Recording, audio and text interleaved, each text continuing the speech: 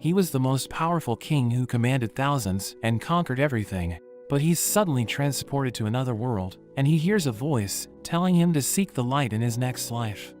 He wakes up to two strangers looking at him, and they talk about how he looks just like them. They call him Arthur, and he realizes he's been reincarnated into another world. He can't believe he was turned into a baby, and he soils himself, but he notes that his parents take good care of him. He finds his body like a prison, since he can't move the way he wants, and he wishes it was all a dream. But he soon realizes this world is different, as his father Reynolds uses magic and smashes a boulder. But a fragment hits him, so his wife Alice heals him with her spell, and Arthur notes that their powers didn't exist in his old world. Reynolds goes on a hunt with his friends, and a boar charges at him, but he takes it head on, and he easily defeats it. He returns home, and goes to hug his wife, but he realizes that his hands are dirty. Arthur thinks it's a dangerous world, since everyone's allowed to use weapons, so he's determined to get stronger as soon as possible. Alice asks Reynolds if he's okay, so he tells her not to worry, because he just finished an easy job, and she tells Arthur it's time to nap. He's frustrated because he can't do what he wants, but he thinks his peaceful life isn't so bad. He recalls how he used to deal with assassins in his world, so he wasn't able to sleep when he wanted to. After a few days, Arthur's parents watch him as he learns how to crawl, and he sees himself in the mirror. They think he looks cute, but he still isn't used to being treated like a baby, and he comes up with a plan to get stronger. Alice kisses him and leaves him in his crib, but he manages to escape and slowly makes his way to the library while she's busy washing the dishes. He reads a book about the world he lives in and learns that he's on the Dicathan continent, which contains 3 kingdoms. The Darf Kingdom is an underground nation of dwarves, while the Elenor Kingdom is home to the forest elves. The humans live in the Sapin Kingdom, which has the highest population, and Arthur realizes that it's ruled by a king. But unlike in his old world, the throne is inherited and not seized. He takes a book about magic and realizes that the world's technology is primitive because the people are focused on developing their magic. We learn that mana is their source of power, and the ability to control it mostly comes down to genetics, but only 1% of the population can use it. He reads about the 2 applications of mana, which are known as augmenting and conjuring. Augmenters use their mana to enhance their physical abilities, while conjurers project it to cast spells. He learns about the mana cores, which allow people to control their mana, and they usually develop when a person reaches puberty. But he learns that he can create a mana core by channeling his mana into a single point in his body, and he realizes it's similar to Ki, which was his source of power during his past life. He tries to use his knowledge of Ki to create his mana core, but Alice suddenly grabs him, telling him he shouldn't make her worry, and she takes him back to his crib. After 2 years, we see Alice writing about her experience with Arthur, but she wonders why she has never seen him smile. She sees him training with Reynolds, who teaches him how to wield a sword, but she gets upset, thinking Arthur is still too young. Alice heads to the town with Arthur, who looks at the items for sale, realizing most of them don't exist in the world he lived in. He watches a man use fire magic, and when they return home, he notes that he's enjoying his new life, because his parents are always looking after him. We learn that during his previous life, he was raised as an orphan, so he never knew what it was like to be loved by his parents.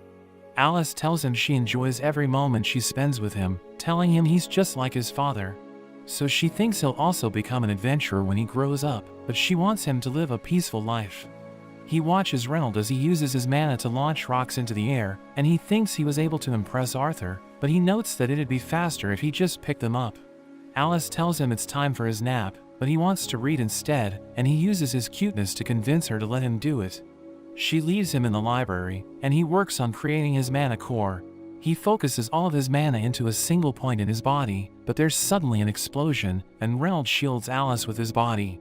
He asks her if she's okay, but she mentions that Arthur is inside, so they rush to find him, but they realize he awakened his powers, and they can't believe it, because he's only 2 years old. He thinks he has made the first step to becoming stronger, but the roof suddenly collapses, and he's about to be crushed.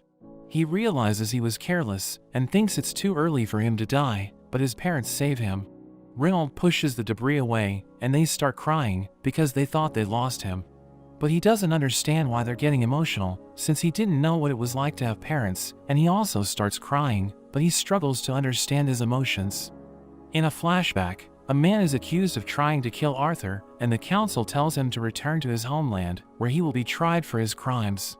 But he admits that he's guilty, and begs Arthur to spare his family, because they'll have a fate worse than death if they go back. The council refuses to listen to him, but Arthur kills his wife and daughter, and everyone's shocked by his actions. But they recognize it as an act of mercy, because the man's family won't have to suffer for the rest of their lives, and the man thanks him for granting his wish.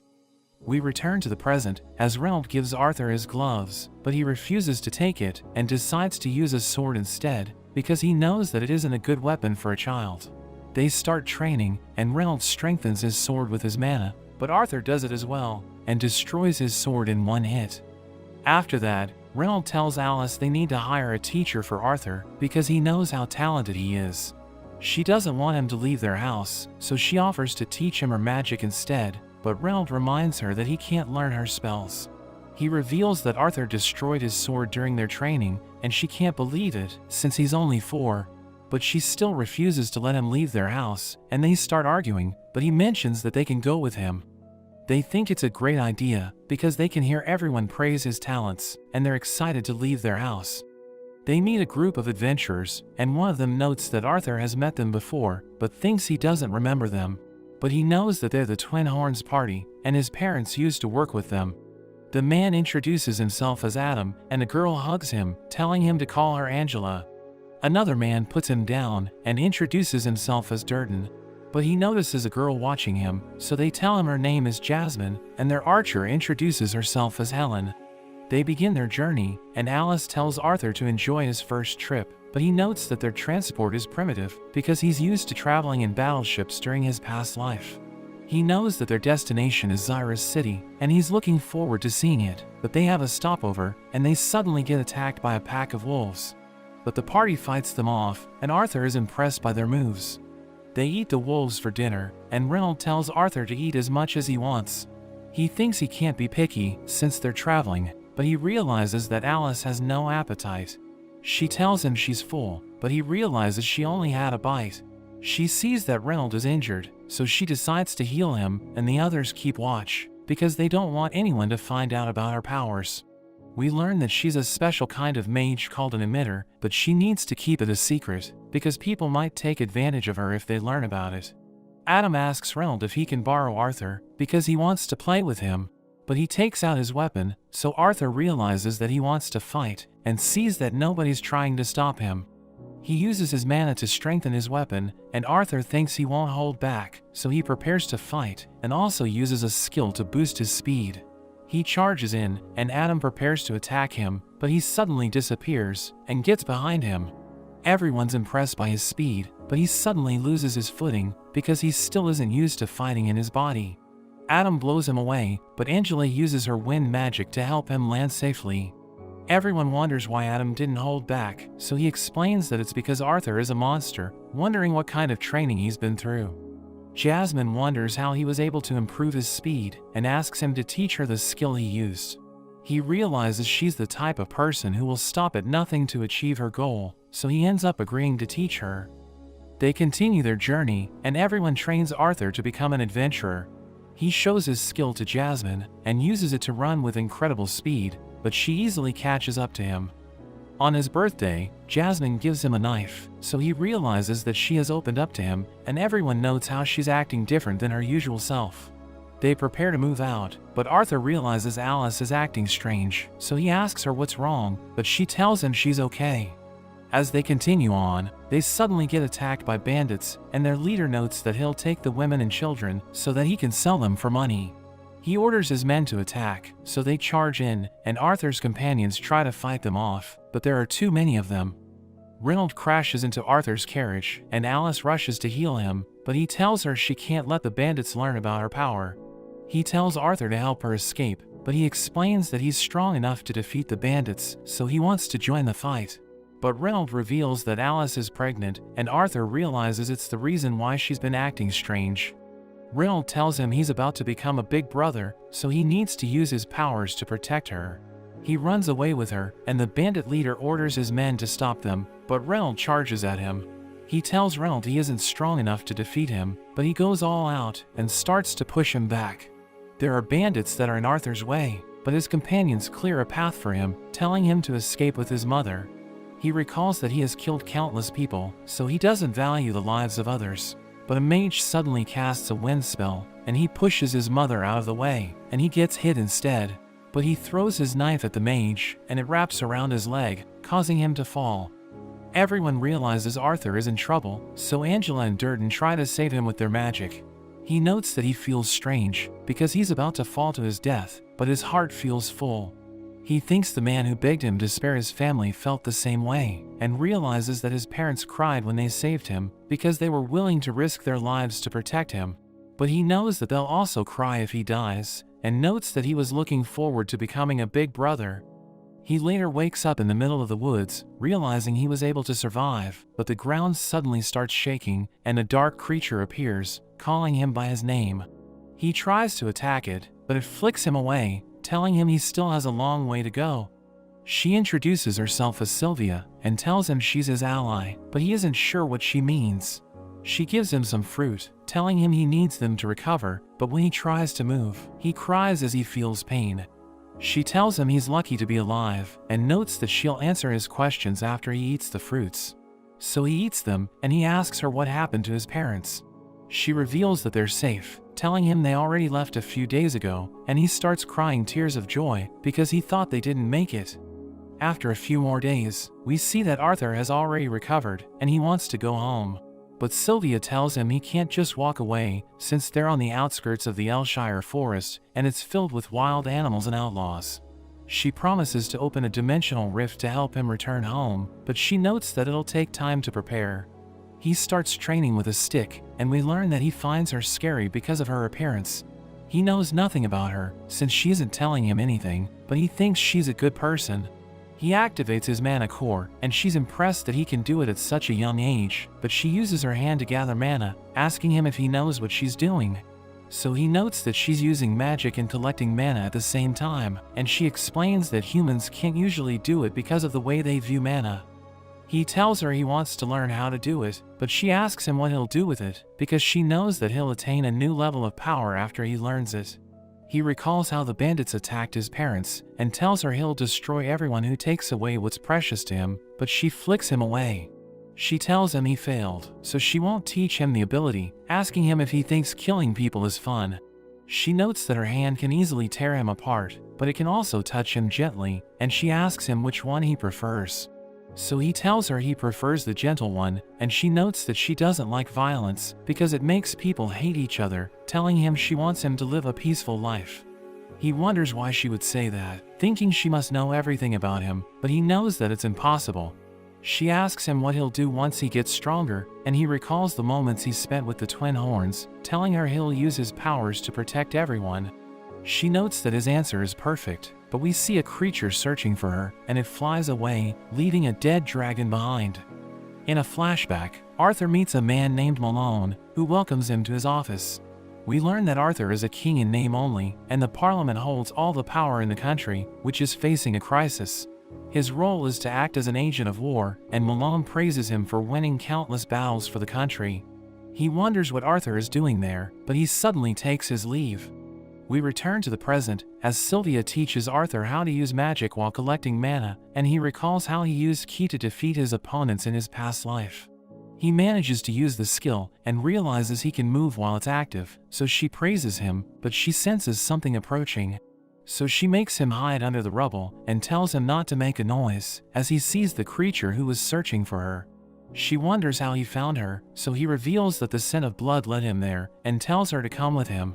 But she refuses, so he blasts her with an energy ball, and she struggles to defend against it. He threatens to kill her if she continues to resist, but she unleashes her powers, causing her armor to shatter, as she reveals her true form. Arthur realizes she's a dragon, and she attacks the creature with her energy breath. He defends himself with a barrier, and tells her she won't survive if she uses that power, but she doesn't care, telling him she has lived a good life. The creature retaliates with countless energy blasts, destroying everything around them. She realizes that Arthur is safe, but the creature charges up another attack, and she realizes she's in trouble, so she uses her powers to stop time. Arthur comes out of the rubble, and she opens a portal for him to escape. She notes that it's connected to a remote place, but she thinks he'll be fine because he can survive with his new skill. He realizes she's injured, but she gives him an egg, telling him to take care of it and wrap her feather around it. She causes symbols to appear on his arms, and he asks her what they are, but she tells him he'll find out in the future. She mentions that it's time to say goodbye, revealing that she could have sent him home from the beginning, but she didn't want to let him go because she enjoyed living with him.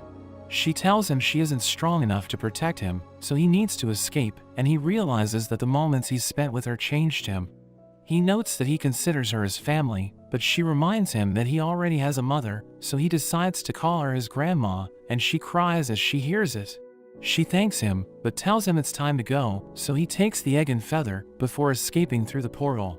He tells her to come with him, but she closes the portal, and as time resumes, she's hit by the energy blast, and she falls to the ground. The creature approaches her, but he knows she's still alive, and she suddenly blasts him with her energy breath, causing a massive explosion. Arthur travels through the portal as he hears Sylvia's voice, telling him to remember everything she taught him. He tells her he's sad, and she notes that the world is filled with sadness, so they must change it with a smile. He thinks he can't do it, but she tells him to take it one step at a time, telling him she believes in him.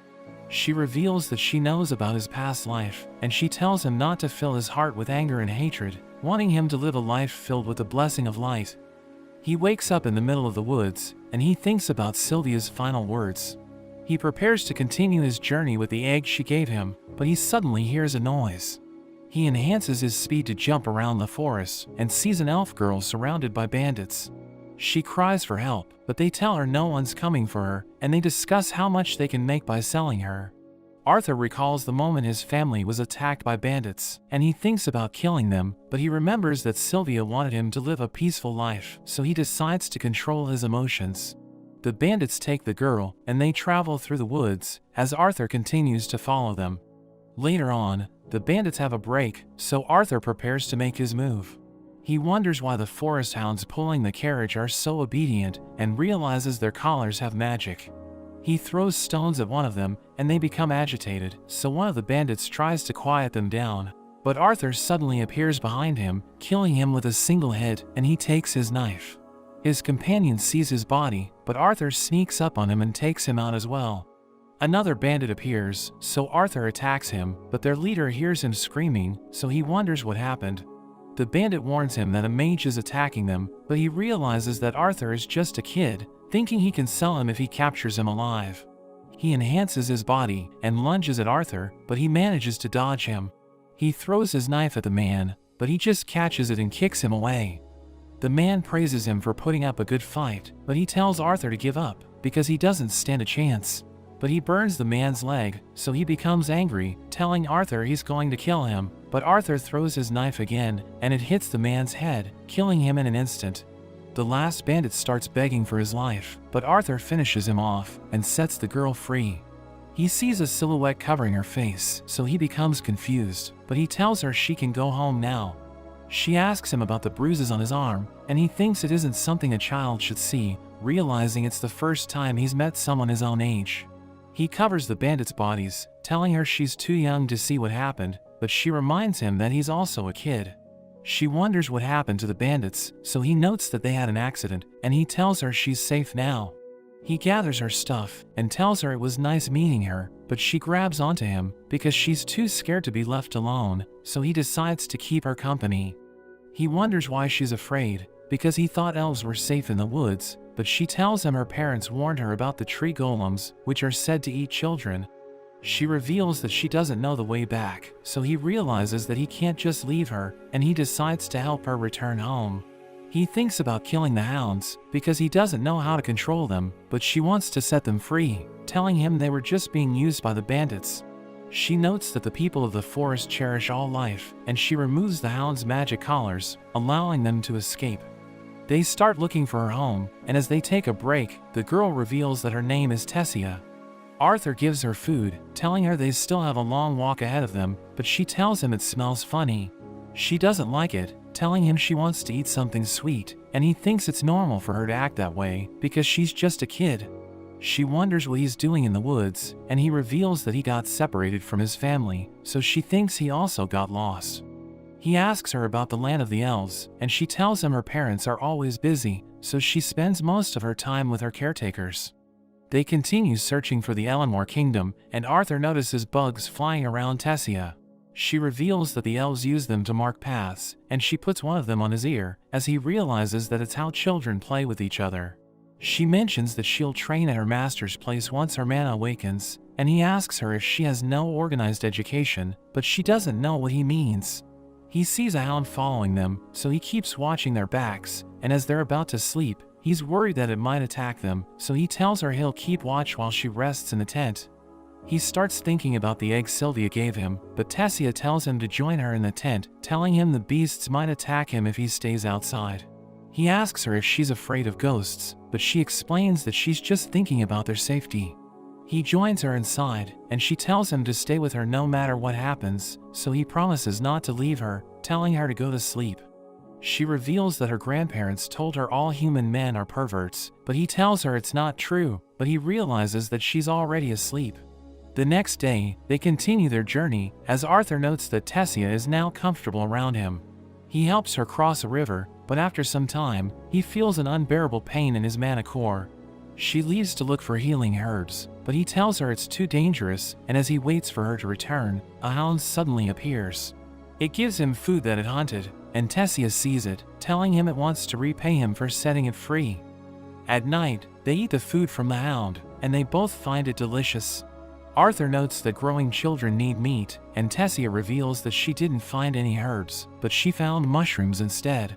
She tells him the female elves eat it all the time, so he decides to try it, but he ends up getting sick. As they rest in the tent, Tessia reveals that she has heard about the human and dwarf kingdoms, and she wants to visit them, but she's afraid that she might run into bad people. She notes that the elves don't trust other races, but Arthur suddenly falls asleep, so she gives him a blanket. The next day, we see that Arthur still isn't feeling well, and he thinks children's bodies are weak. Tessia asks him if she can call him Art, because she thinks they're friends now, but he tells her he isn't worthy to be her friend, since he's just a commoner. She tells him he sounds like an old man, and he starts mocking her for being a scaredy cat, so she becomes upset. But she tells him she saw something, and he thinks it's nothing special, but he realizes that a portal has appeared in a tree. She tells him they've finally found her home, and she invites him to come with her. But the guards immediately arrest him, telling him he isn't allowed to be there, and he sees that Tessia is just standing there, so he thinks she betrayed him. They prepare to kill him, but she begs them to let him go, telling them he saved her life. They think he brainwashed her, but her grandfather Varian arrives, telling them to let him go. He thanks him for saving the Princess of Elenmore, so Arthur realizes that she's a member of the royal family, and he can't believe it, because he thought she was just a commoner. Her parents also arrive, and they're glad she's safe, but they wonder what a human is doing there, telling the soldiers to arrest him. But she explains that he saved her life, telling her father they should invite him to their castle, and Varian mentions that he wants to speak to him later. Tessia shows Arthur around the kingdom, but he sees everyone staring at him, so he realizes they don't like humans. But Tessia also stares at him, and he finds her strange, wondering why she didn't do anything when he was about to get arrested, so he thinks he shouldn't let his guard down. They reach the castle, where the servants welcome Tessia back, and she tells them to take care of Arthur, telling them he isn't a bad human. She wonders what they should do next, but he notes that he wants to talk about what they've been going through, and her father wants to hear it. So he sits with her family, and her father introduces himself as King Alduin. Arthur tells them about his commoner background, and reveals that he was separated from his family after the bandits attacked them. So he ended up in the woods, where he saw Tessia being kidnapped by slave traders.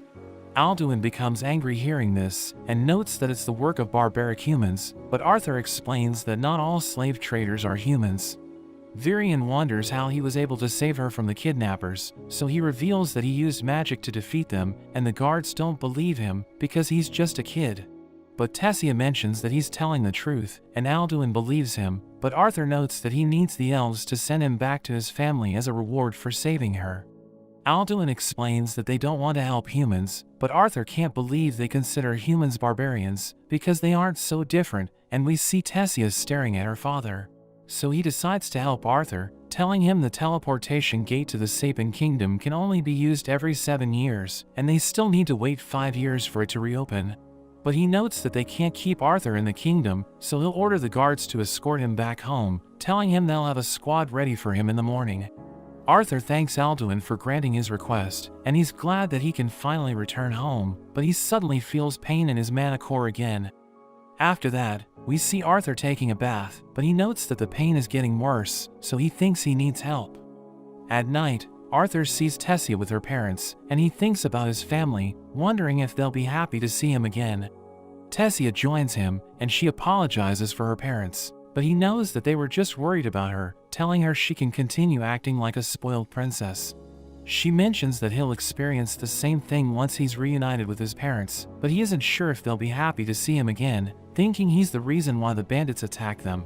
But she grabs onto his face, telling him she's sure his parents miss him, because she already misses him since he's about to leave. They're suddenly surrounded by fireflies, and Tessia mentions how she likes watching them. But Arthur realizes they're under attack, so he protects her, and he charges at the attacker, who turns out to be Varian. Arthur wonders why he attacked them, but he realizes that Varian just threw fireflies, and he reveals that he was just testing him. Varian finds him interesting, so he gives him a wooden sword, and forces Tessia to watch them fight.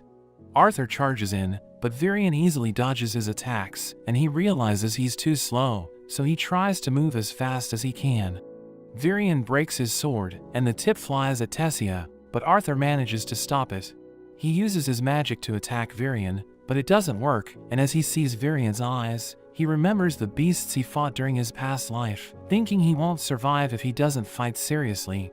He gets blown away, but he immediately recovers, and he manages to land a hit. Varian can't believe Arthur was able to touch him, and he wants to continue the fight, but Tessia tells him to stop. He asks Arthur if he wants to become his disciple, but he explains that he needs to leave because he wants his parents to know that he's okay, so Varian notes that he can still contact his parents while he's there. But his mana core suddenly starts hurting again, and Varian realizes that he inherited a beast's will, telling him he'll die if he doesn't become his disciple. We see Arthur as a dark creature comes out of his body, and as it approaches him, he wonders if it's a manifestation of his inner self. But Tessia suddenly wakes him up, telling him to get changed, because Varian is waiting for him outside. Alduin tells Varian that they can't let Arthur stay in Elenwar, because he doesn't belong there, asking his father why he wants Arthur to become his disciple.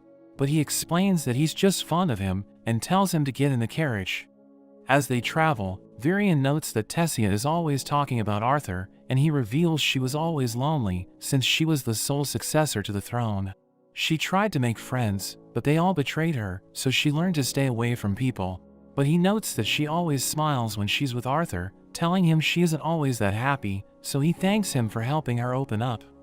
They arrive at a strange house, where Varian yells at his friend to come out, and she tells him to stop shouting. He reveals that she's a special mage named Rinia, telling Arthur she'll help him contact his parents, but he wonders how it's possible. So she reveals that she's a seer, and her magic allows her to see fragments of the past and future, but she can also help him talk to his parents. She tells him to look at the water, and focus on thinking about his parents, as she uses her magic to help him reach them.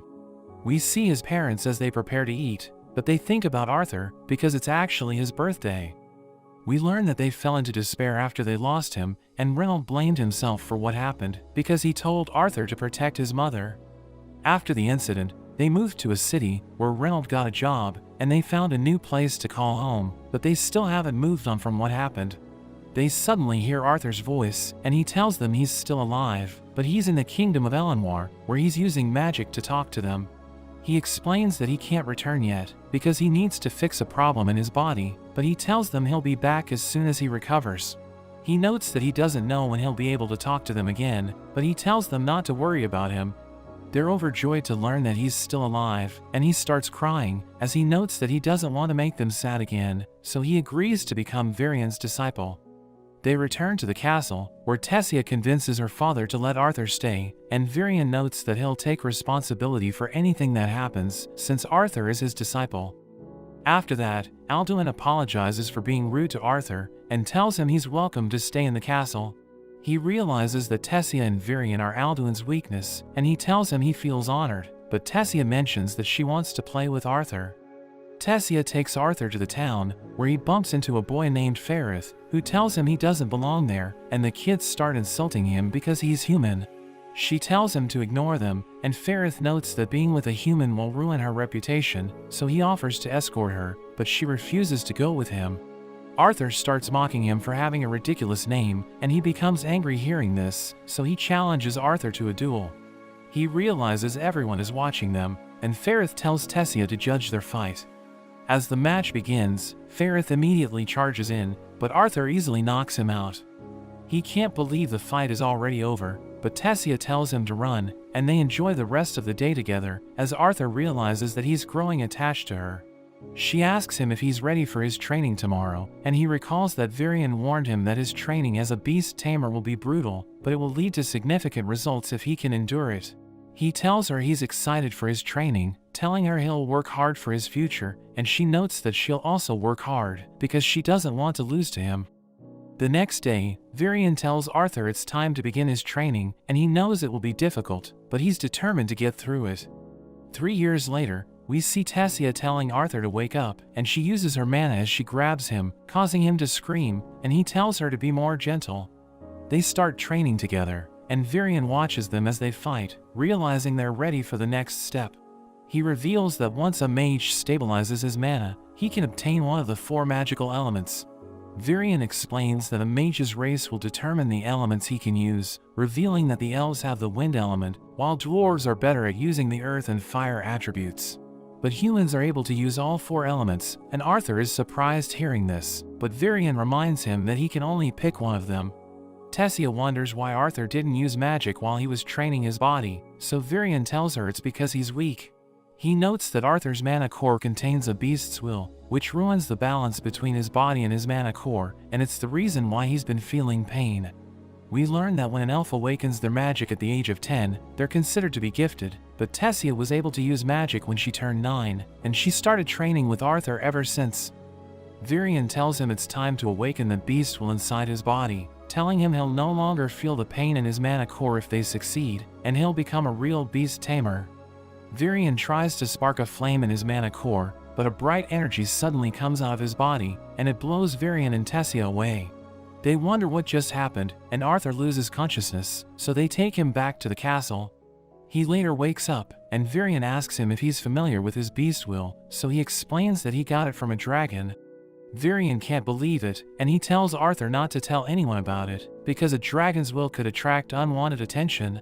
He thanks Varian for worrying about him, but he tells Arthur he'll be returning home in 4 months, because a cultural exchange program between the 3 kingdoms has begun.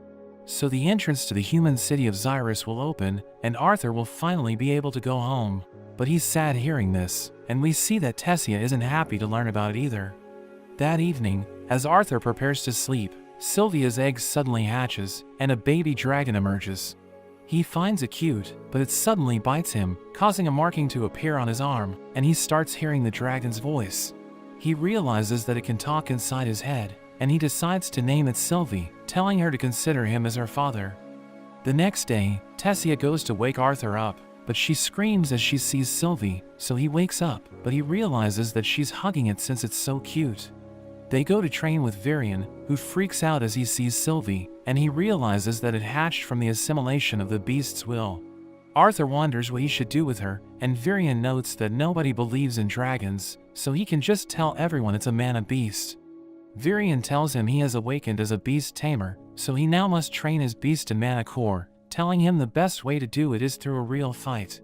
Varian surrounds himself with a strange energy, and he transforms into a dark monster, telling Arthur it's time to begin their training. But he can't keep up with Varian's movements, so he gives up, telling him he looks scary. Varian returns to his original form, and Arthur tells him he couldn't sense his presence while he was a monster, so he explains he used his magic to manipulate wind and sound. A few days later, we see that Arthur has mastered his beast will, so he can now use the beast's power, and his body has become so strong that the pain in his mana core has stopped bothering him. We see Arthur in the town with Tessia, and Ferrith bumps into him again, but Arthur doesn't remember him. so he becomes upset, reminding Arthur about their previous encounter, and he challenges him to a duel again, but he instantly loses, and his friends think he's pathetic. Tessia reminds Arthur about him, and he finally remembers who Ferrith is, telling him he's glad to see him again. They shake hands, and Ferrith's friends note that he always wanted to befriend Arthur, who wonders if they'll participate in the culture exchange program, so they reveal that all nobles are required to join. But Ferrith thinks Tessia won't participate because she might get lost, so she becomes upset and punches him away. After that, Arthur tells Tessia she shouldn't punch her subjects, telling her to act more like a princess. But she notes that he'll be leaving soon, wondering why he's getting angry like her father, and she suddenly runs off. That evening, we see Tessia crying in her room, but Arthur invites her to go to the forest. She decides to go with him, and she notes that they aren't allowed to be there, but he assures her that they'll be fine. They see the hounds they saved, realizing they're doing well, and as Tessia and Arthur rest near a campfire, she tells him she doesn't want him to go, but she suddenly falls asleep. The next day, Arthur prepares to leave, and everyone sees him off, as Varian gives him a compass, telling him he can use it to return to Elenmore. But Varian tells him not to go out at night too often, so Arthur apologizes for going to the forest. As Arthur is about to leave, Tessia suddenly rushes to him and tells him to take care of himself. So he hugs her, telling her he'll miss her, and she mentions she feels the same way. After that, Arthur arrives in Zyra's city, where he heads to find his parents. His sister Eleanor opens the door, and his parents are surprised to see him, as he mentions that he's finally back. But Eleanor wonders who he is, so Alice mentions he's her big brother. He tells them everything that happened after they got separated, but he decides not to mention Sylvia, because he thinks they might get into trouble if they learn about her. He explains that he found Sylvia in a mana beast's cave, where he saw that its mother was dying, so he decided to adopt it. He asks his father about his job, so he reveals that he now works as a security instructor at the Helstia auction house, and he notes that his mana core reached the dark orange stage 2 years ago.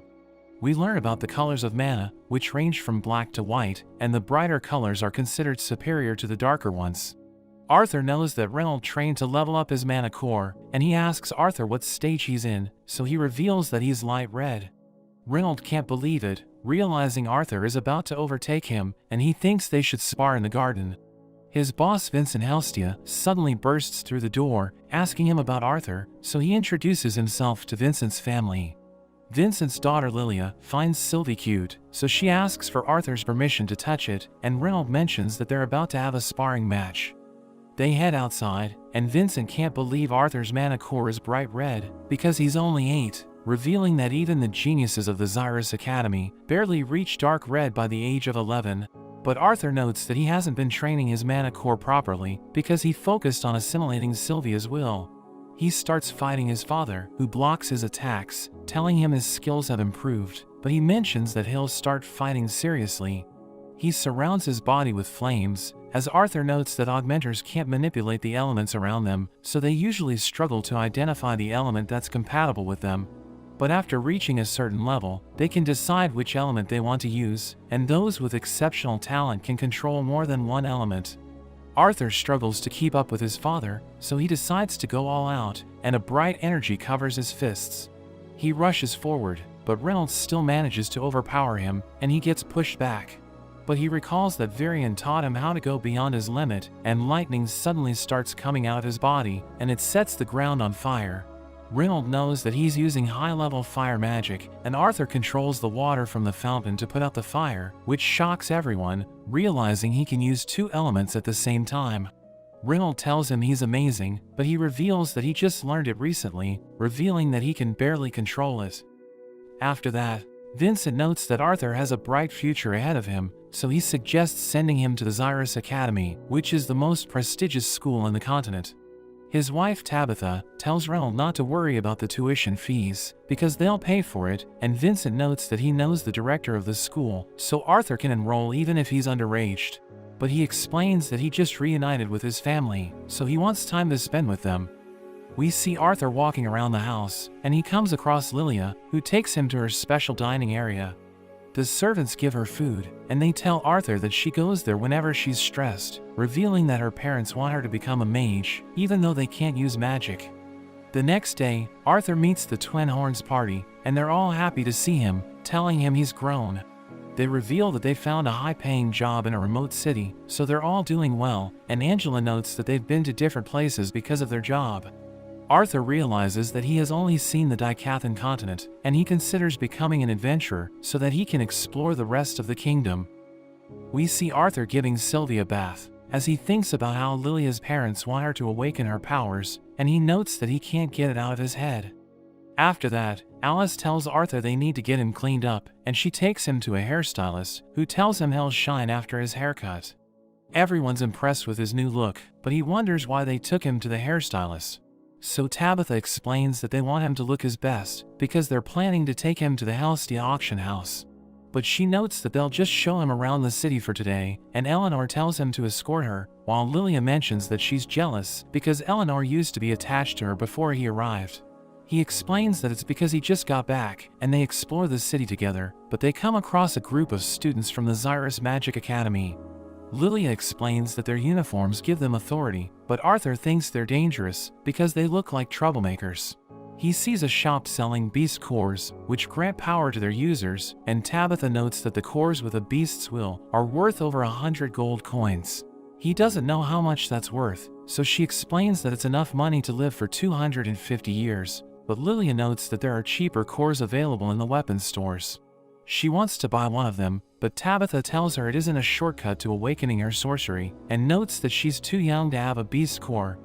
They start eating together, but Arthur realizes that Lilia isn't happy, and she suddenly walks away.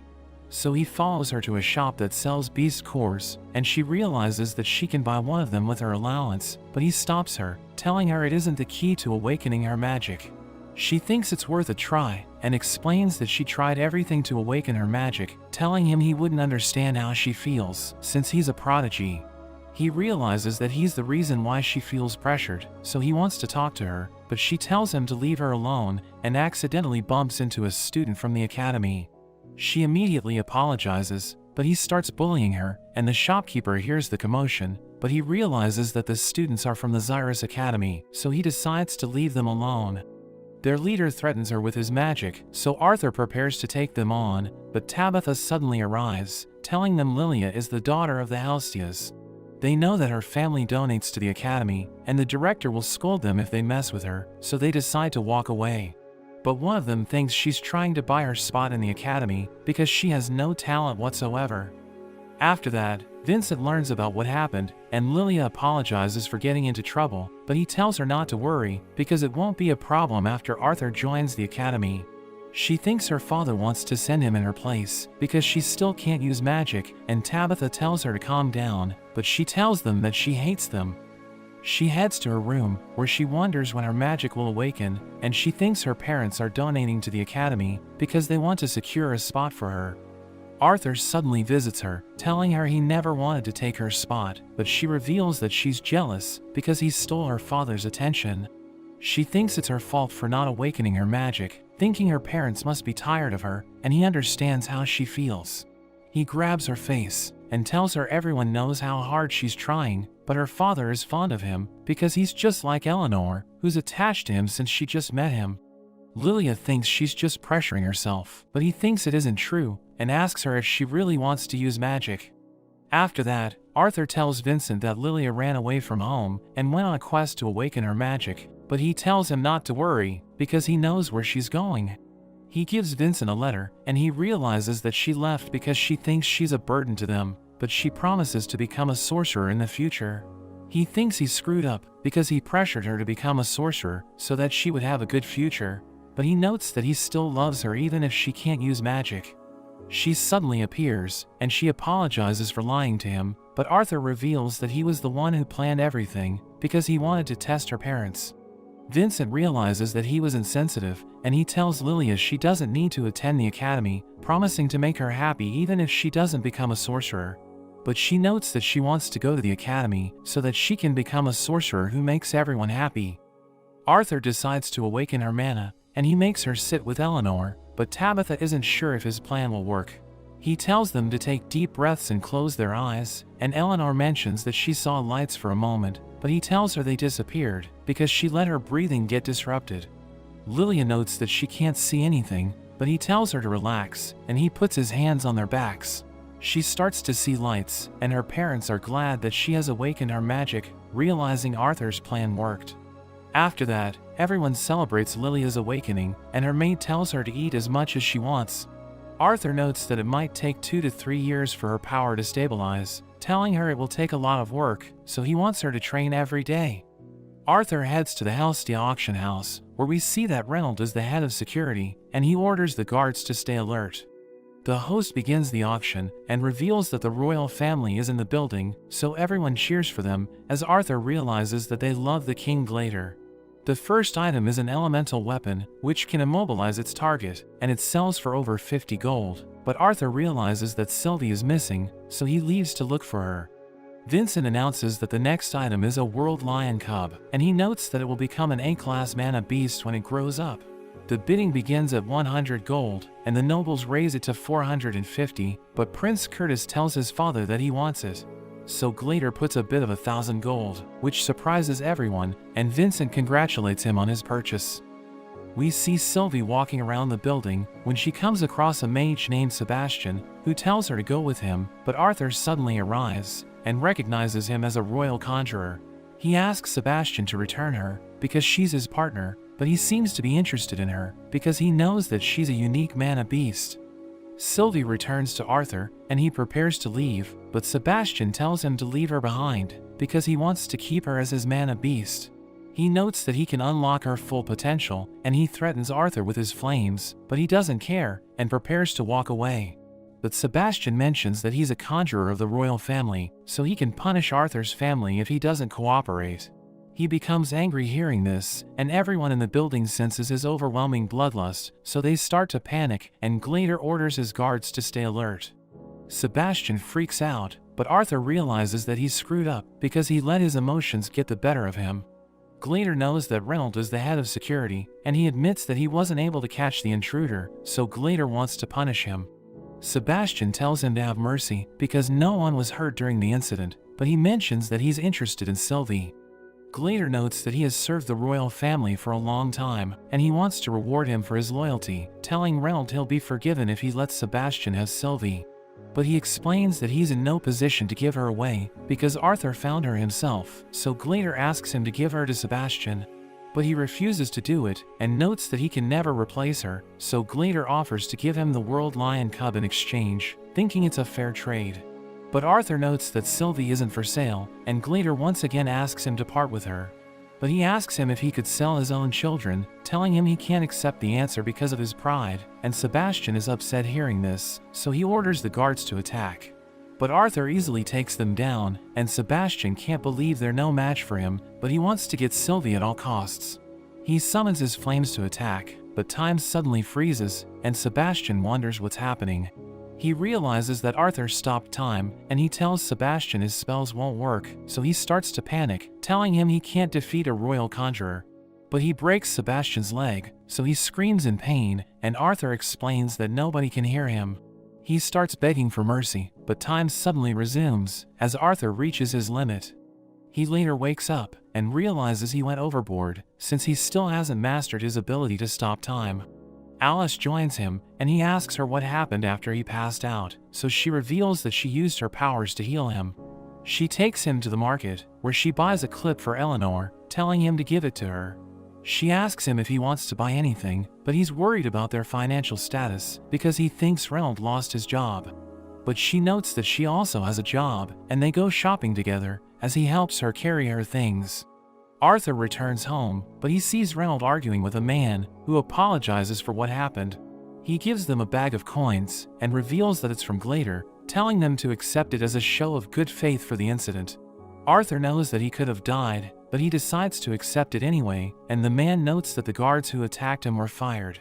Reynold thinks they deserve a worse punishment, but the man reminds him that he failed as the head of security, and Arthur notes that it's his fault for defying the king. He wonders what happened to Sebastian, so the man reveals that he was relieved from his position, and he's currently undergoing treatment for his broken leg. He claims that Arthur was the one who injured him, but Reynold thinks it's ridiculous, and the man notes that Glader isn't happy with the incident, so he's offering gold to make amends. The man tells Reynold to teach his son manners, because not everyone is as forgiving as their king, and he accepts the apology. But he gives the gold to Arthur, and reminds him that he's the one who almost got killed. The next day, Arthur heads to the academy, but he sees a strange bird fly away, and he follows it to the woods, where he meets an old woman, who reveals that she's been waiting for him.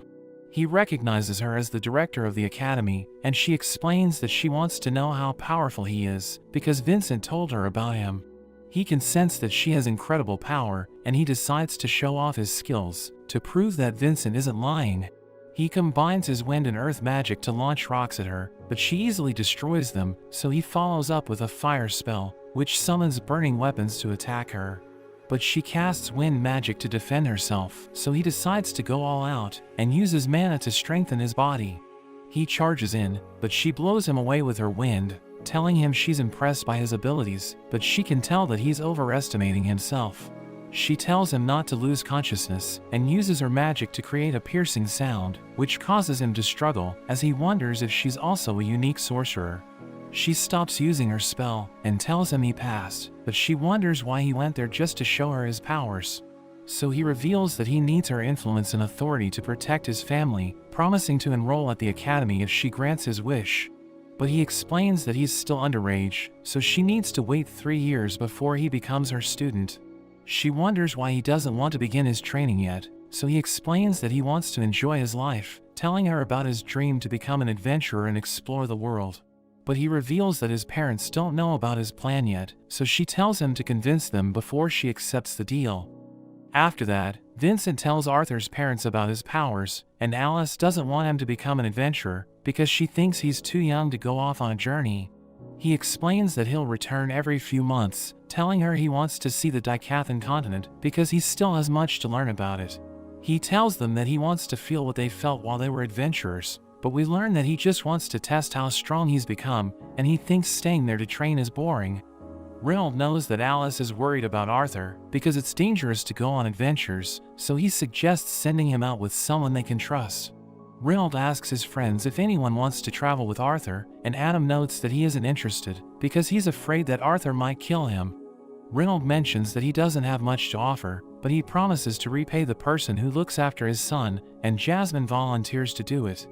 Everyone's surprised hearing this, because they know that she likes to work alone, but she mentions that she wants to help Arthur. Adam thinks she's the perfect choice, because she's an augmenter who can use elements, and he notes that she just hit the light orange rank, so she's strong enough to protect Arthur. That evening, Arthur sees Lilia meditating, and he realizes that she no longer needs him to project mana into her. He knows that Eleanor has talent, so he thinks she'll awaken her powers when she's around 7, but he wants her awakening to be delayed, so that she won't attract any unwanted attention. He tells Reynold he wants to pick a weapon at the auction house, so they head to the storage room, where he starts looking for a sword. He browses the selection, but he can't pick a sword, because most of them are too large for him. Sylvie leads him to a staff, and he notes that he isn't interested in it, but he realizes that it's ridiculously heavy. He thinks it might be an elemental weapon, so he lets his mana flow into it, and it suddenly starts glowing. He realizes that it's actually a sword, and he takes a swing, but he realizes that it's too heavy for him. He wants to test how sharp it is, so he attacks a barrel, which instantly gets cut in half. He sees strange writings on the sword, and he wonders what they mean, but he drops it as it suddenly starts sparking. He picks it up again, and notices that it's much lighter than before, realizing it's now perfectly suited to his body. Reynold arrives to pick him up, and he takes a random sword, telling his father it's what he picked out. But Vincent asks him about the staff around his waist, so he explains that he just found it on the floor, and wants to use it for practice. Vincent asks his servant about it, so he reveals that an old man dumped it on them, because he couldn't find anyone worthy to wield it. The servant notes that appraisers checked it out, but they all think it's nothing special. So he decided to just keep it there, and he thinks about getting a higher ranked appraiser to check its value. But Arthur tells Vincent he wants to keep it, calling him his uncle, and Vincent is happy hearing this, so he lets him have it. Everyone celebrates Arthur's 9th birthday, and he opens his mother's present, realizing it's a gauntlet with healing gems. Vincent gives Arthur a ring, and he shows another one to Alice, telling her she'll be able to see if Arthur's mana ever reaches a dangerously low level. Adam gives him a scroll that produces sounds, explaining that he can use his mana to leave a message on it, and Alice can reply when she receives it. He thanks everyone for their presence, telling them he'll be starting his adventure, and Alice reminds him to prioritize his own safety. That evening, Arthur prepares to leave, as he thinks about how his family and friends love him, and he wants to get stronger so that he can protect them. His family sees him off, and they tell him not to worry about them, because they'll be fine while he's away. Alice reminds him to keep his ring on, telling him to have a good trip, and he promises to return home safely. He begins his journey with Jasmine, and they head to the Adventurers Guild, where she tells the receptionist that he's there for a rank assessment. We learn that Arthur is wearing a mask, because he doesn't want the royal family to recognize him, and he now goes by the alias Note. They meet the guild chief named Caspian, who reveals that there's usually a written exam before the rank assessment, but he decides to skip it for Arthur, since Jasmine recommended him. They head to the exam hall, where they see a girl named Diane fighting the examiner, who counters her water spell and suddenly appears behind her. She tells Diane that her magic is impressive, but her defenses are lacking, so she'll start as a C-class adventurer. Jasmine notes that she shows promise because she was able to reach C-class at such a young age, and an official introduces the next candidate, Elijah. But the official talks to the examiners, and he mentions that Elijah will be a B-class adventurer, so everyone's confused, wondering why he was exempted from the exam. The next candidate is a boy named Lucas, who notes that he wants to skip the exam and join the A-class, and the examiner knows that he's at the light orange stage. Jasmine is impressed hearing this, but Arthur sees his ears, and realizes that he's an elf. He summons his guardian and orders it to attack, but the examiner uses earth magic to defeat it, so he uses his spell to create a massive fireball, which starts raining flames from the sky. But he loses control over his magic, so the fireball explodes, and it's about to destroy everything in the area, but the examiner uses her wind magic to extinguish the flames. She gives him her feedback, but he suddenly attacks her, so Arthur throws his sword to stop him. The official scolds Lucas for attacking her, and she tells him his ego is his greatest weakness, so he deserves to be in the B-class. She uses her magic to take him away, and the official reveals that Arthur is up next, so he prepares to fight the examiner, but the official freaks out as he senses Arthur's aura. Caspian volunteers to fight him, but the official reminds him that he's a double A-class adventurer, so he shouldn't be administering the exam. He explains that he just knows Arthur's sponsor, so he wants to test him, and Arthur knows that he's incredibly skilled, so he looks forward to fighting him. He covers his sword with flames, and clashes with Caspian, who attacks him with incredible speed. He lunges at Caspian, and prepares to strike him, but he gets blown away, and Caspian tells him not to get overconfident. After that, the receptionist tells Arthur that he's now a B-class adventurer, and the examiners discuss how they named multiple B-class adventurers in a single day. But Caspian reminds them how the Xyrus city just welcomed elves and dwarves as adventurers, and reveals that Lucas is a half-elf, while Elijah is human, but he was raised in the Dwarven Kingdom. We learn that he was sent there as the first representative of the dwarves, and he was allowed to skip the exam because he had a guarantor, who even Caspian couldn't overrule. He mentions that they know nothing about Arthur, but his guarantor belongs to the Flamesworth family, which is known for producing the best fire mages in the kingdom. Caspian notes that he was impressed by Arthur's sword skills, and thinks he'll become a formidable swordsman in the future, but he still has a long way to go. We return to Arthur, as he realizes that he hasn't been training like he did during his past life, because he has become accustomed to the powers he was born with. He bumps into Elijah, who recalls that he was the one who saved the examiner, and Lucas wonders why they aren't talking to him, because he's also a B-class adventurer. Arthur explains that they don't like him, because he broke the rules, so he grabs onto Arthur, telling him they aren't on the same level. But he realizes that everyone's watching them, so he decides to walk away. After that, Jasmine takes Arthur to a beast's pasture, and reveals that it has already been explored, so it's the perfect place for newbies to train and collect materials. But they suddenly see massive explosions in the forest, and a giant boar appears, eating the adventurers in the area. Jasmine wonders what it's doing there, because it isn't native to the area, and they realize that it escaped from a caravan. It charges towards them, so they jump away, and Jasmine attacks it with her knives. But it immediately recovers, and she dodges its attack, but she's about to fall to the ground. So Arthur saves her, and she realizes that the boar is preparing to attack a group of newbies, so she jumps in to protect them. It rushes forward, but Arthur waits for the right moment and attacks it from the side, and he defeats it with his flames. At night, Jasmine reveals that she became an adventurer to get away from her family because they taught her that fire is the strongest element. But she has no talent for fire magic, so they labeled her as a failure, and Arthur tells her it isn't true because all of the elements are equal. She laughs at him since he's so worked up, and he realizes that he got angry because he was also called a failure in his past life. She reveals that the twin horns changed her life because they scolded her for always acting alone and taught her to trust in people. She wonders if he's also met people who have changed his life, and he isn't sure if he can change, but he remembers everyone that he's met, thinking he needs to change so that he can protect them. We see Tessia watching him, wondering why he's traveling with a woman, and Virion thinks she's jealous that he's taking on a new challenge, so he tells her to work on improving her magic. After 2 years, we see that everyone's talking about Arthur, and they all recognize him as an overpowered adventurer. He's now known as the Masked Swordsman, but Jasmine tells him it's time to go, and he knows that he still needs to continue to get stronger.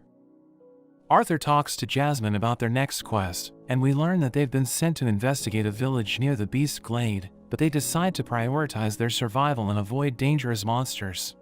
Sylvie leaves to train in the woods, and they see tracks that head into the village, but they wonder why none of them point in the opposite direction.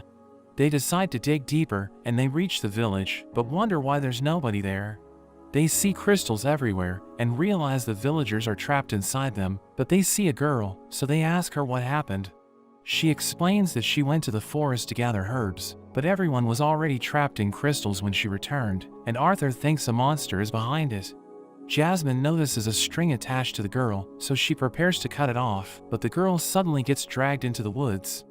A giant spider catches her, so Arthur prepares to save her, but Jasmine tells him there's nothing they can do, and the spider traps the girl in a crystal. It launches its web at them, and they run for their lives, so it crawls back into the woods. We cut to a couple of cultists, who discuss that there's an alliance between 3 of the races, and one of them points to the Beast Glade. She notes that the people who bear the future of the continent are gathered there, and the other one thinks they must get rid of them, but he seems to find Arthur interesting. Jasmine tells Arthur the spider is called an arachne, and explains that she doesn't want to fight it, since it took an entire lineup of the twin horns to defeat it. She notes that they couldn't have one without Alice, since her emitter powers allowed them to escape from its crystals, and she explains that the only other way to break its curse is to kill it. But it has high resistance to magic, and its shell is so tough that swords can't cut through it. She tells Arthur they're safe since it avoids daylight, and he thinks they should return to the guild to report the situation, but the arachne suddenly appears behind them. It activates its curse, so she pushes him out of the way and tells him to escape, but she ends up getting trapped in a crystal. He doesn't want to leave her behind, so he decides to fight the arachne, which fires its webs at him, but he manages to cut them down. He uses his move from his previous life to close the distance, but it prepares to crush him, so he deflects it and jumps on its back. He stabs it in the head, and realizes he can't pierce through its shell, so he slashes it with all his might, but it still has no effect. He realizes his sword isn't sharp enough to defeat it, so he enchants them with his fire, and continues to attack the arachne. It screams as it gets covered in flames, but it still fights on, and Arthur recalls that Jasmine told him it has high magic resistance. He launches earth spikes to smash its head, which leaves a crack on its shell, and it rushes toward him. He jumps on top of it and drives his sword through the crack, as he summons his lightning to shock it from the inside, which causes it to struggle as it screams in pain. He drives the sword even deeper as he summons his lightning again, and the arachne falls to the ground, but he wonders why Jasmine is still trapped. He realizes it's still alive, and it activates its curse to attack him, but he suddenly stops time, and notes that he is grateful since it helped him remember how he used to wield his sword. He cuts it into pieces, and it finally meets its end, but he realizes he's exhausted, so he thinks he needs to train harder to strengthen his body. Sylvie returns to him and asks him if something happened, so he notes that he already took care of everything, but she wishes him the best of luck, since Jasmine is about to scold him. He's glad the curse is broken, but she threatens to beat him up, so he apologizes for not listening to her, and explains that he fought the arachne since he got carried away. She's impressed that he defeated it alone, but he explains that he still isn't satisfied with his powers since he thinks he isn't strong enough to protect the people he cares about. She notes that his loved ones would be devastated if anything happens to him, so she asks him not to take risks for her, but he tells her that he also cares about her, which causes her to blush. She thanks him for saving her, and he tells her they should get the arachne's core, but they realize that Sylvie is already eating it. They return to the guild, where everyone learns that Arthur defeated an arachne, but Lucas doesn't believe him and asks him to show its mana core. He explains that he couldn't collect it, so Lucas thinks he's lying, but he brings out its eye, and everyone knows it's real. Lucas takes back what he said, but notes that he can also bring down an arachne and walks away, so Elijah realizes he hasn't changed at all. After that, Arthur returns home, and his parents ask him about his adventure, so he tells them he defeated an arachne. They wonder how he did it, so he explains that he focused his attacks on a single spot and cast his magic through an opening he made. Alice is angry since he promised not to do anything dangerous, so he apologizes for his actions, and she scolds Jasmine for letting him fight the arachne, but he explains that it isn't her fault. Alice cries since he didn't keep his promise to her, but Reynold tells her to cheer up since their son beat the arachne and made it back safely. Arthur starts to train with Jasmine, who tells him not to use magic as they fight with their swords, and they attack each other with ridiculous speed. He thinks about how he needs to get stronger so that he can protect the people he cares about, and after the fight, Arthur feels a gust of wind, which makes him remember Tessia. We see her running from a boulder, and she manages to get away, but she thinks she almost died since no one warned her about it. We learn that the elves taught her that humans are terrifying creatures who use violence to take everything from them, and when the traffickers kidnapped her, she realized that the stories were true. But she recalls how Arthur saved her, and it made her realize that not all humans are evil. Tessia's party heads to the guild, where they accept a wild boar hunting quest, but her friends want to leave the Sapin Kingdom since the humans aren't treating them well. They prepare to leave for their next quest, but the humans get in their way, so Tessia beats them up, and her friend Faye creates a wall of water as they escape. They ride a carriage, where the other adventurers stare at them, and we learn that the humans, dwarves and elves have an alliance, but it only exists between their kingdoms, and the three races still hate each other. A group of bandits attacks the carriage, so everyone works together to take them down, but another group jumps to attack Tessia, so she casts her wind magic to blow them away. Her friends know the bandits are after them, since elves fetch a high price in the black market, but she notes that she hasn't given up yet. They walk to a village, where they ask about the boar they need to hunt down, but the village chief refuses to help them since they're elves. We return to Arthur, as he wonders why Lucas has elvish blood, since he belongs to the Wykes family, which is a powerful clan in the Sapin Kingdom. He asks Elijah why he's connected to the dwarf royal family, so he notes that it's complicated, and wonders why Lucas is a part elf. He reveals that the Wykes family wants to produce powerful mages, so they welcomed elves who excel at mana control into their family, even though the humans are at odds with them. He notes that he wants to be the greatest mage on the continent, so Arthur wishes him luck, and explains that he isn't interested in becoming the strongest. But Jasmine interrupts them, and tells him they need to leave for their new quest. Tessia continues to ask around, but the villagers tell her to get lost, so she starts to cry. A couple of kids throw an acorn at her, so she becomes upset, but they tell her the boar has been coming from the east, and she thanks them for their help. She promises to get rid of it, but they think she's weak since the acorn hit her, so she explains that she just let her guard down. We see the cultists watching them, and they know that Tessia is an elven princess, so they want to ruin the alliance by killing her in the Sapin Kingdom. They send a giant boar toward her, and it charges at her party, but they jump and blast it with their spells. They think the fight is over, but it immediately recovers and knocks Faye down, so the girls cast their spells again, but they realize it's immune to magic. They run for their lives, and the cultists think they don't stand a chance, because even though the elves have incredible talent for magic, their bodies are known to be fragile. It crashes into a wall, but a rock hits the girl named Vio, and the boar prepares to finish her off, but Faye saves her with his water magic. They tell Tessia they must retreat, but she wants to fight the boar, and they realize she has a plan, so they decide to go along with it. Faye blasts the boar with his water, and runs as it chases after him, but he wonders why he agreed to become the decoy, since he isn't good at running. He lures it into Vio's trap, and it falls into a huge pit, and Tessia throws huge boulders at it using her wind magic. Her friends tell her they're exhausted, and she's glad the fight is finally over, but the boar suddenly jumps out of the pit. She realizes her friends are in danger, so she casts her wind magic to save them, and she thinks it's a dumb move, but she knows that Arthur would have done it if he were in her place. Faye summons a water rope to pull her to safety, and he tells her not to fight the boar, since she's already out of mana. She recalls how Arthur covered his fists with mana, and she decides to copy it, since she thinks it's the only way to defeat the boar. It rushes toward her, so her friends tell her to run, but she punches it with everything she's got, and her attack fills the area with light. The boar crashes to the ground, and her friends can't believe it, but she notes that her hand hurts, so they tell her it's because she isn't an augmenter.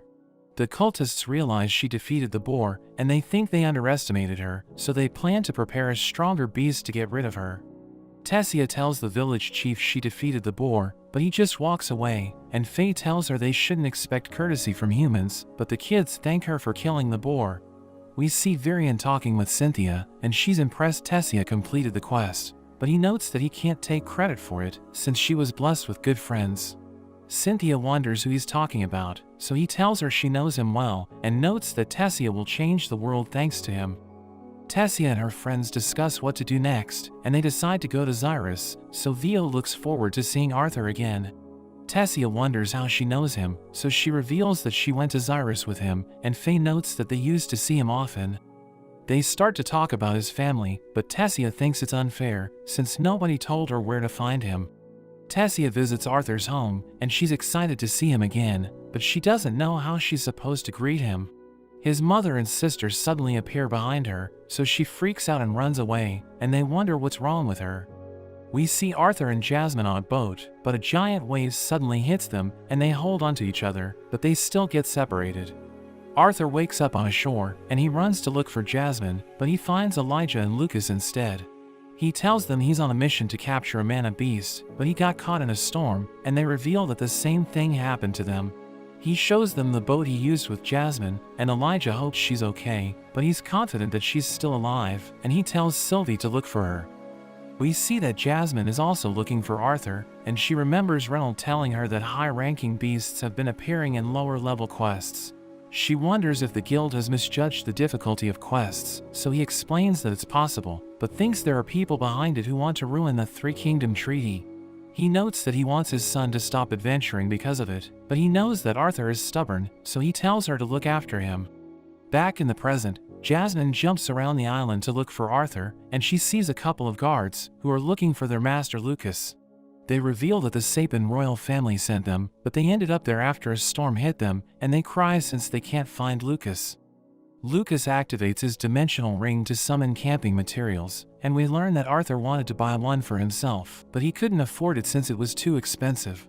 Arthur sets up a tent for his companions, since they don't know how to do it, but Lucas mentions that he's hungry, so Arthur collects food for everyone. He tells Lucas to cook the fish with his flames, so he casts his fire magic, but ends up burning most of them. He brags when he manages to cook a fish properly, but the others ignore him, and they start to eat together. Elijah praises Arthur for manipulating Lucas, but wonders why he still hasn't removed his mask, but he doesn't answer him. The next day, Arthur realizes they're the only people on the island, and wonders how they can escape since all of their boats were destroyed. Elijah wonders if anyone will come to rescue them, so Arthur notes that Jasmine is a AA ranked adventurer, which is why he's confident that she'll eventually find them. He adds that they can also try to reach the mainland themselves, but Lucas thinks it will never work, and he shows them his target, revealing that it has the power to control the weather. They realize it's the reason why a storm suddenly appeared out of nowhere, and think they can't escape if it activates its powers again, so they decide to help Lucas hunt it down. They see a cave, and they think Lucas's target is inside, so Arthur tells him to take care of it. He summons a fireball to destroy the cave, while Elijah creates an earth wall to shield them from the blast, and they think the creature couldn't have survived the explosion. The ground suddenly starts to shake, so they run to the woods, and the cave collapses, as a huge mana beast appears. It fires a water ball to attack them, so Arthur cuts it down, and tells the others to support him while he keeps it distracted. Elijah summons earth walls to protect him as he charges in, while Lucas attacks with his fireball, but it has no effect. Arthur slices it in the head, but it immediately regenerates, and he thinks they need to change their tactics, so he tells everyone to swap positions. He protects Elijah as he charges in, but Lucas isn't doing anything to help them, and Arthur mocks him for being weak, so he becomes angry and launches his fireballs. Arthur slashes the monster in the head, while Elijah seals its wound with his earth spikes, and they realize it can't regenerate, so they continue with this strategy. It collapses because of its injuries, so they think it's finally over, but it suddenly gets back up, and they can't believe it's still alive. We return to Jasmine, as she finds Sylvie, and is told that Arthur is stuck on an island. She runs on the water as she heads to the island, and she sees that Arthur is in danger, so she rushes to save him. The monster prepares to attack Arthur and the others, and they're too exhausted to fight on, so they start to panic, but Jasmine suddenly cuts its head off. She's glad to see that Arthur is fine, and the others realize she's OP, since she killed the monster in one hit. After that, Arthur thanks Jasmine for saving him, but they realize that Sylvie took the monster's mana core, and the others panic as she starts to eat it. We return to Tessia, as her friends wonder why she still hasn't seen Arthur, and they think it's because she's scared, so she tells them it isn't true. She leaves to visit Arthur's house again, and she musters up the courage to talk to him, but as she prepares to open the gate, Reynolds suddenly appears behind her, so she runs away again. We see the cultists as they watch the monsters defeat humans, and they think everything's going well. But one of them notes that it's not enough, and he mentions that they still need to find a powerful monster, which will help them carry out their plan in the future. Arthur and Jasmine meet a double-A ranked adventurer named Brauld, who tells them he has a lead on a treasure, but he needs their help to collect it. Arthur knows he's incredibly skilled, since his rank is equal to Jasmine's, but he wonders why he doesn't like seeing him around her. Adam prepares to fight Arthur, who recalls how he lost the last fight, but he knows things are different now. Adam charges in, so Arthur dodges his attack and counters, but he manages to block it. He overwhelms Arthur and kicks him away, and as he rushes forward, Arthur wonders if he will thrust or sweep, but he attacks from above. Arthur stops it with his sword, which impresses Adam, because no one has been able to stop it in a long time. His friends ask him why he didn't hold back, so he explains that it's because Arthur is a monster, but Eleanor tells him to stop bullying her brother. Angela wonders why Alice isn't angry, since Adam fought Arthur seriously, so she explains that she understands since they were training. The other members of the Twin Horns also want to train Arthur, and he looks forward to learning from them, since he knows they're all capable adventurers. Jasmine asks Reynolds about Brauld, so he explains that Brauld has a legendary reputation, since he always fights on the front lines, but he still clears his quests without a scratch. Reynolds wonders why she wants to learn about him, so she reveals that he invited her to go on a quest, but Reynolds doesn't understand why he would do that, since he already has a party. She notes that he asked other adventurers to join him as well, so she thinks he had a conflict with his party, but Reynolds tells her not to jump to conclusions. She decides to dig deeper, and after she leaves, he prepares to train with Arthur. But we see that he's already exhausted after training with the Twin Horns. We learn that they didn't hold back, since he's stronger than they expected, and Reynolds tells him to prepare for their training, but Alice notes that he has had enough for the day, and Reynolds is sad since he didn't get to train with his son. Arthur looks for Jasmine, so Reynolds tells him she's busy, so he decides to spend time with the family. We cut to Lucas, as his guards tell him there are a lot of quests available, but he doesn't want to accept them since he finds them boring. The guards explain that several adventurers died recently, and he knows it's because high-ranking beasts appeared in low-level quests, but he's confident that he can defeat any monster that gets in his way. His servant Shun tells him Brauld is recruiting party members to raid a high-level dungeon, and he thinks Lucas is strong enough to join Brauld's party. The guards warn Lucas it's dangerous since the quest isn't authorized by the guild, but he refuses to listen to them and leaves to look for Brauld. Eleanor tries on a dress, and Arthur tells her it looks pretty, so she decides to buy it for her birthday. He doesn't enjoy going shopping, but Alice tells him they need to buy her shoes and accessories, and he's forced to go along with it. Tessia's friends ask her if she saw Arthur, so she explains that she was about to meet him, but she got interrupted. Faye starts to mock her, so she notes that she'll banish him when she becomes queen, and admits that she misses Arthur. Faye wonders if Virion has given them a new quest, but she notes that they need to wait for him to finish his investigation, and they wonder why high-ranking beasts have been appearing in low-level quests. Vio sees Arthur, and tells Tessia to look to her side, but she doesn't see him since he's already gone.